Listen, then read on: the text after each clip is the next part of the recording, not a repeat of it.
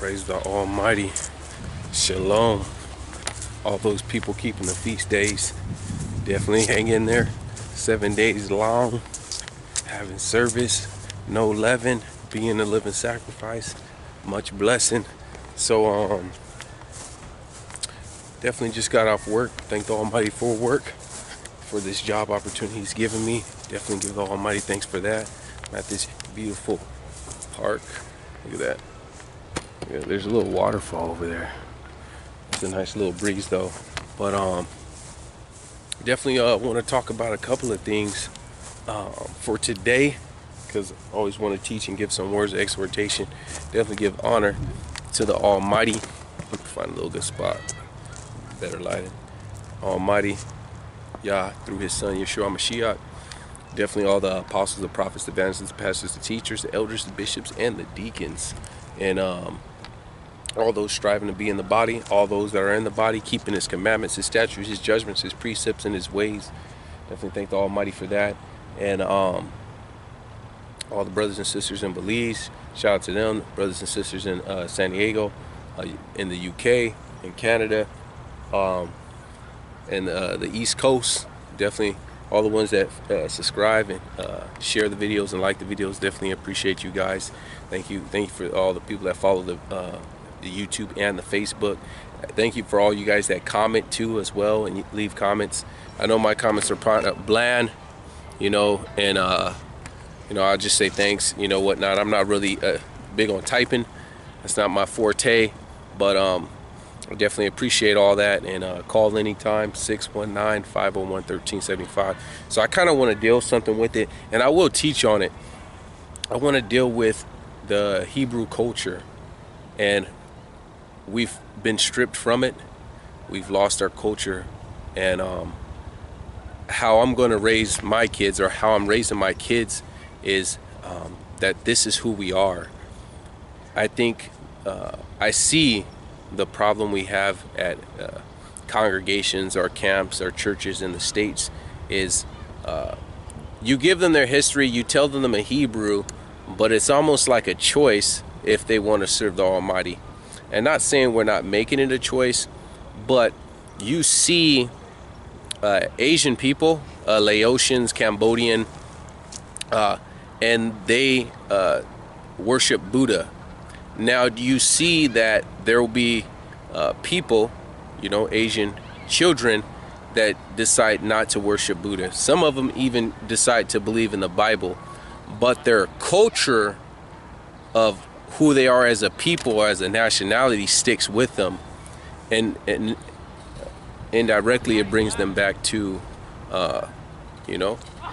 hopefully it brings our people back to serve the Almighty. A lot of times it brings them back to worshiping their Buddha or Hindu or whatnot, but they have their culture. And I think we have to see the separation. Our culture is the Bible, kind of like some of these Muslims or whatnot. Our culture is the Bible, and but there's things that we should do and install in our kids. A perfect example is the age of accountability. The world's taught us the age of accountability is I'm gonna show you these kids. These kids on something weird. But no, I got a little sidetracked and whatnot. It's like 5 of them on a grocery cart. But the age of accountability with our children is 20 years old, not 18. So if we teach them our culture, even if they decide they go far from trying to serve the true and Almighty, they realize that they're Hebrew people. They're not Americans, or wherever there's Hebrew Israelites are, not just in America, not just in Babylon, but they realize this is who we are as a culture.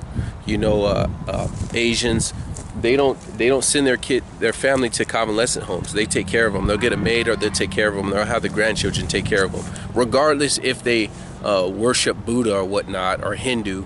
Regardless, this is their culture. This is what they do. This is what we're about.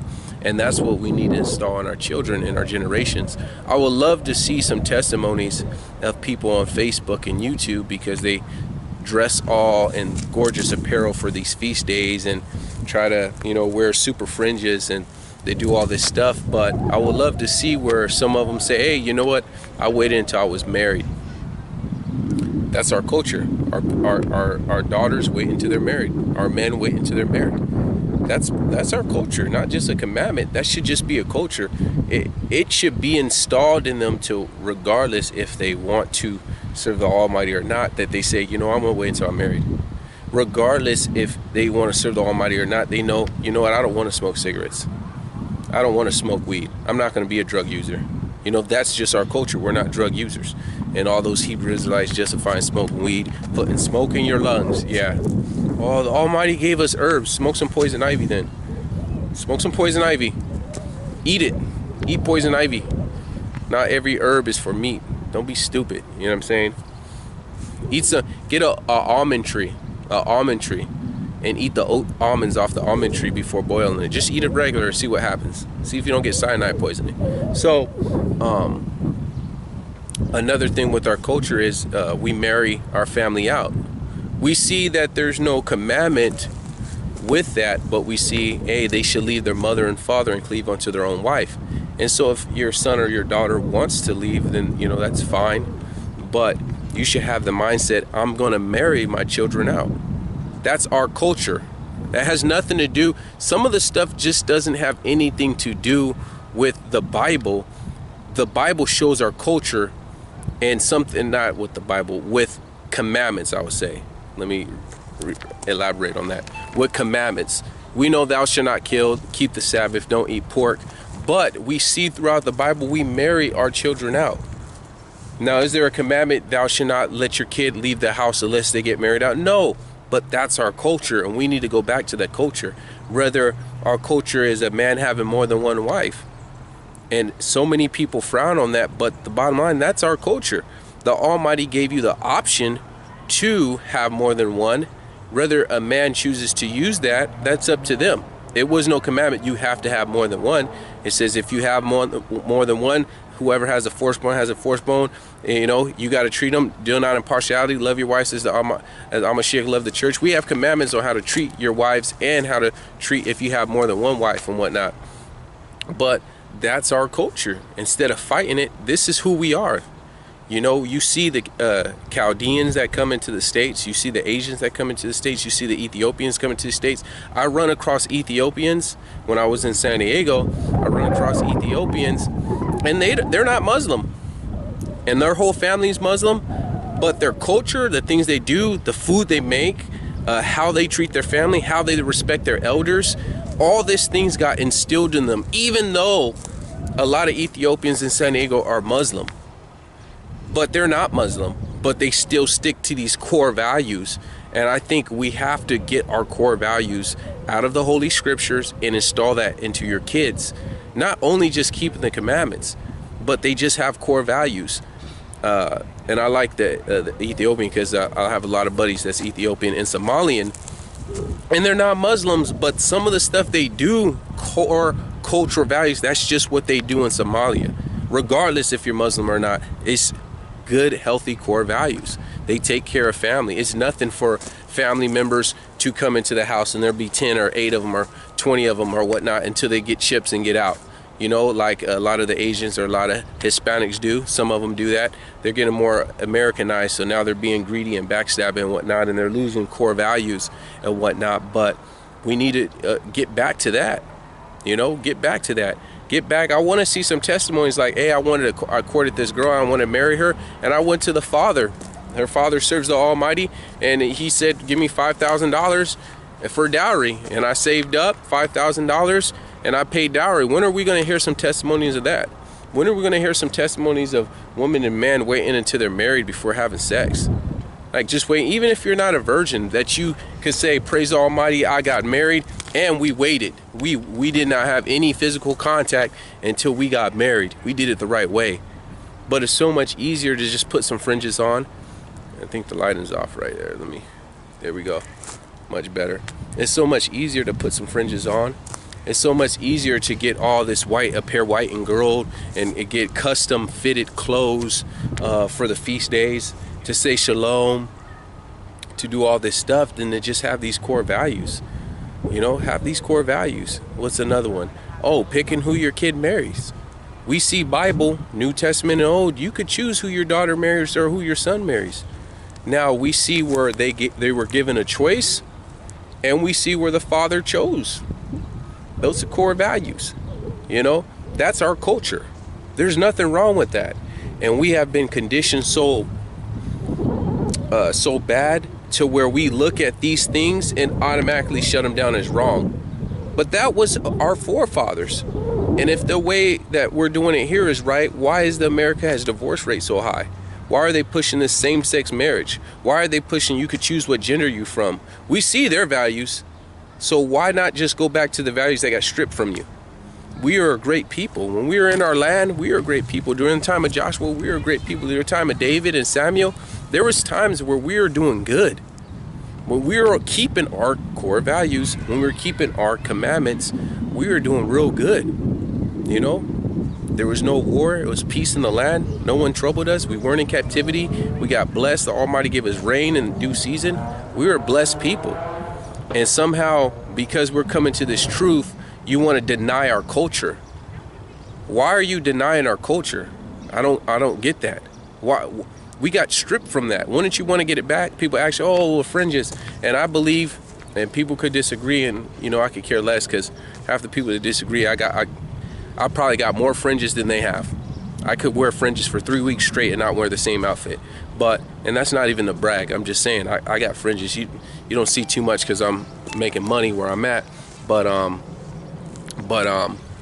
You know I got the commandments written upon my heart, so I don't push a mandate to wear fringes. You go into the lake of fire if you don't wear fringes. If you don't have the commandments written upon your heart, which by having the Ruach HaKodesh, being filled with the Spirit, it says you're none of His. You know, so you need to get the fringes written, get the commandments written upon your heart, instead of having fringes to keep His commandments. That's supposed to be a reminder have you keeping the commandments. And we see it didn't work. We see the fringes in the old covenant didn't work because they still fell away. Everyone wore fringes except some disobedient people, but even people wearing disobedience fell away. The fringes was something physical, no different than the wedding ring. How many people cheat on their wife with their wedding ring? How many people take their wedding ring off and commit adultery on their husband? So does the wedding ring, oh, it's supposed to remind me that I'm married. Oh, the fringes. There we go. Where we at? Can you wait? Let me see. There we go. Oh man. There we go. The fringes. Oh, let me twist the camera back. The fringes are supposed to remind me to keep the commandments. Yes, they were, but they never got it in their heart. And this is why it says in Hebrews, it says, but without them, it came before us, they weren't able to be perfect because they didn't have the Spirit as a keeper. They didn't have the Spirit as a keeper. The old covenant, they had fringes, but they didn't have His Spirit. And so when you get the Ruach HaKodesh, being baptized, repenting and being baptized in His promise, you get the Ruach HaKodesh. By you getting that, He gives you His Spirit and He writes His commandments on your heart. I was keeping the Sabbath before I made one fringe shirt. I was not eating pork before I made one fringe shirt. I was not marring the corners of my head, which I keep it short. But as you know, I have hair, and you know, oh, don't mar the corners of your beard. I keep it short. But I've been doing this before I started that, so I don't want my fellow Hebrews to say, where's your beard at? Or why you cut your hair? It says don't mar the corner. I'll deal with that another day. But so I've been keeping His commandments before I even made one thing of fringes. So that's the most important thing in the new covenant, is having the commandments written upon your heart. But I wear fringes because that's my culture. That's how the Almighty told us to dress, and I got stripped from that, so I wear fringes. That's why the sisters and the brothers, we wear fringes, because we want to go back to our culture, the biblical culture, but also a Hebrew culture. When you made a deal, if you read in the Bible in the book of Ruth, when they confirmed a deal, someone took the shoe off, one of their shoes, and put it on the table in front of witnesses, and to say, hey, this is legit, we're making a deal, I'm taking her to be a wife or whatnot. Bam. I'm the next near kinsman. Bam. I'm taking her to be a wife. Bam. You know, but there was no commandment you need to take your right shoe off and whatnot. But that was our culture. That's something we did. Why wouldn't we want to go back to the stuff we do? I'm not picking who. That's what Indians do. I'm not picking who my daughter marries or who my son marries. That's wrong. So the Almighty's wrong? So the Almighty's wrong. because He giving you that ability. You have the ability. That's like saying, oh, it's wrong to have an animal as a pet. He given us dominion. Whether you choose to have a dog, or you choose to have a cat, or you choose to have nothing, that's your prerogative. You're not sinning if you have one, and you're not sinning if you don't have one. If you have 2 wives, you're not sinning, unless you're being a minister. Then you trying to double dip. You need to stop being a minister, and you're not sinning if you don't have 2 wives. If you choose for your son, I want you to marry her. She's a good pick for you. This and this and this. Bam, it's done deal, done data. You can't force him, or oh, you can't force your daughter to marry that guy. That's rape and this. So you're saying the Almighty's wrong? He gave man the authority. He made him lowercase God, lowercase. So He made him have authority over his son, over his daughter, over his wife. That's it, over his wives. That's our culture. You know, you marry your kids out. Let's use this for example. I was talking to a sister this other day. I got kicked out when I was 18. Some of you guys left when you're 18. From 18 to like 25, most people that aren't in college made 0 progress in life. They got some bare minimum job. 5 years go by, they might have a car, they might have a 1-bedroom apartment, but you're living paycheck to paycheck. You probably got a studio, or you're a roommate with someone. Your first 5 years from 18 to 25 was a complete waste. Complete waste. Or you could say, son, you're not married. I'm gonna collect this much for rent, and I want you to stack so much, or I'm gonna stack so much, and when you're ready to buy your house, or when you're ready to get married, I'll have this money for you. How about this? You stay here, but you need to save so much in a bank account and get your stuff together. And bam, he's saving money instead of paying $700 for rent and gas and this and that. Oh, okay, I get a full-time job. I could get my career. I'm not struggling paycheck to paycheck. Yeah, I got to be under dad's rules. I can't be partying, doing it, which is a good thing. Can't be running girls in and out, which is a good thing, because you should be serving Almighty anyways. I can't do everything. I'm in structure. Still got to keep the house clean. I still got to be a team player. By the time you move out, you'll be stacking so much money in those 5 years. By the time you meet someone and you do want to get married, you got plenty of money for that apartment, first rent and security deposit. Or you already paid off a car. You got a car while you were in dad's house, brand new car off the lot, and you paid it off. You know, or you stacked. You got a nice little job, and you stacked and stacked and stacked and stayed in your father's house for 7, 8, 10 years, and you got $30,000, $40,000, $50,000 ready to put a down payment on a house. So you left your father's house and bought your house and started your family. But no, we want to do it the American way and kick them out when they're 18, even though the Bible says 20. I could prove that in the book. We wanted to not do it the culture that we set up, but we want to follow Americans' culture, which Almighty's going to destroy this nation. So look what comes about it. Oh, let them pick who they marry. Yes, you can do that, but I'm pretty sure any person that truly serves the Almighty, you could pick a better candidate, because we have foresight. They be running around. Look, there's people in their 30s running around getting married on Facebook, and 3 months later they divorce. Supposedly divorced. They probably in adultery because they got remarried. And it says you can't put away. It's to be for fornication, or for cheating, adultery, pretty much. So not even pretty much, for adultery. So look at these people. And these are grown adults. Like, they don't, a child, even though they're 20, 21, 23, 25, they don't foresee things. Oh, she's pretty and she treats me right, and we hang out and we laugh. We got to get this in here. We got good chemistry. Yeah, but she can't balance money worth nothing. Look how she keeps her room clean, or look at her car, or look at the type of person she is. Look how she has an anger problem. Look how she's bipolar. They don't see that. They just see some hips, some boobs, a cute face, and they run and they mess themselves up. So, you know, there's the percentage of people like in India that choose who their son and daughter marries. The divorce rate is lower. And if their way's wrong, why is their divorce rate so low? Oh, that's because their parents are supportive. Yeah, like we should. If my son wanted a divorce, or my daughter wanted a divorce, both parents should come, like the Bible. Both parents from both parties should come and say, why are you guys separating? What's wrong with you guys? Get over it. You guys get in arguments, get over it. Too bad. You work it out. Oh, well, no, you work that out. If her mom and her dad is saying you need to work that out because they serve the Almighty, and then my son and I'm saying, me and my wife is like, hey, you guys need to work that out. Both parents is telling these people to say, hey, you're going to get into arguments. That's how every argument, hey, there's going to come times where you spend money wrong, or he has an anger problem. Hey, you need to deal with your anger problem, this and this and this, that and that and that. But you work that stuff out. I guarantee there'll be less divorce. But no, you have the American way where mama and dad saying, leave him, leave her. You know, you got the American way. Oh, you could get another one. Oh, you don't have to sit out. You don't have to take that. And this is why these marriages don't last 3 years, because they have no culture. This nation is do what thou will. You only live once. That's the mentality. I see so many people, youngsters, taking roids. Man, you only live once. Yeah, but do you want to be in a wheelchair for the rest of your life because you want to take some insulin and be paralyzed? You know what I'm saying? Yeah, you only live once, but you want to only live to 25? Like, there was some bodybuilder, super huge. I guess he was going pro, died at 25. Taking too much roids. When you play, you pay. They have that mentality, only live once. Do what thou will. Whatever feels good must be good. If it feels good me chasing all these women, if it feels good me choosing what gender, if it feels good me being gay, if it feels good me doing all this foolishness, smoking all this weed, drinking, partying, all this stuff, it must be good. I do what I will.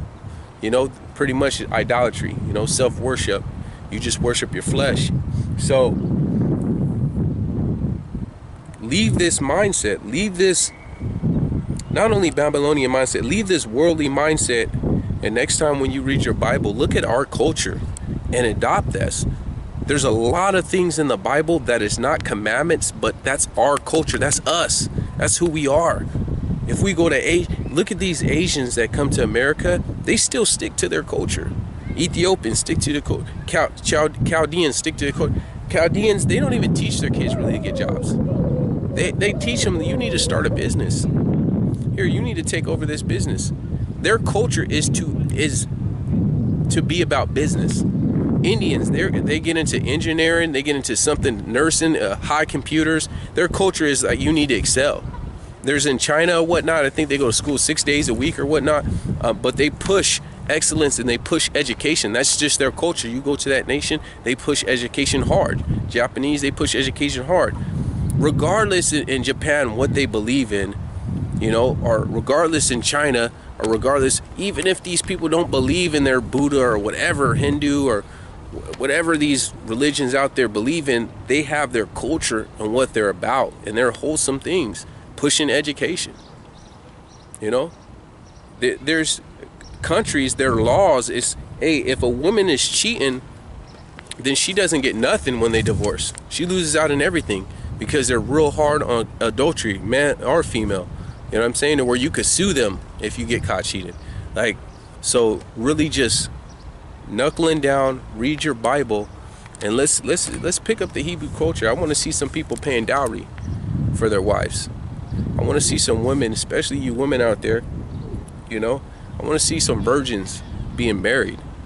Whatever happened to that? We talk all this shalom stuff. Where's all the virgins at that are waiting to marriage? Where are these women that aren't virgins and these men that aren't virgins, but they're dating and they're waiting until marriage? The Bible says it's good for a man not to touch a woman. Where's all these testimonies that say, yeah, we were dating for a year, we didn't even touch, no holding hands, no nothing. We developed a friendship before we got married. It's proven that if you have sex before marriage, you're 3 times more likely to get divorced. There's a reason why it says it's good for a man not to touch a woman. There's a reason why it's our culture that you stoned, well, this was a commandment. You stoned your daughter. If she was playing a whore, you stoned her. If she wasn't a virgin before married, she was able to be stoned or be put away. You coming across like you're a virgin, you're pure, and you're not, and you're a little thought, you're a little hoe. I ain't turning no hoe into no housewife. You could put her away. You find out she's not a virgin and you just got married, you could put her away. That's how serious the Almighty is. And that's how serious we need to be. We need to go back to, you know, I love the fact that we're dressed in fringes. That's cool, dressing in fringes. I love the fact that, you know, people are calling their last name Israel, which that's a double-edged sword. Because why are you doing that and disobeying? Like 90% of the people do that, ain't keeping barely any commandments. The only commandment they keep is saying shalom, like the whole shalom. Like, it's easy to do that. You know shalom? You know what shalom means? Why do you say shalom to everyone? because our culture, through reading the Bible, that's how we greet people. Peace. That's how we greet people. That's like how the culture here in the United States, oh, how you doing? Good morning, good evening.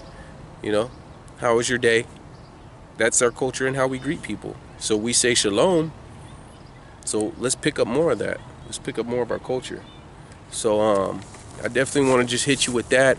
Hey, give me some feedback on this message today, whether you disagree or you agree, you know. And if you find some stuff that's in the Holy Scriptures that we should pick up, that's our culture, I want not only my life to be about serving the Almighty, but I want to regain what was stripped from me. I want to regain what I was lied to. I want to regain the things that I never knew. I want to walk in how my forefathers walked. You know, that's why I try to get lamb for the feast day, just because my forefathers ate lamb and venison. You know, get some deer. Oh, I don't like deer, but I like it, but some people don't like it, but I just eat it because my forefathers ate it. That's just what we did, you know? We just ate deer and stuff like that. So I want to go back to how we supposed to be. With all that said being done, keep standing, don't drop standard. Shalom.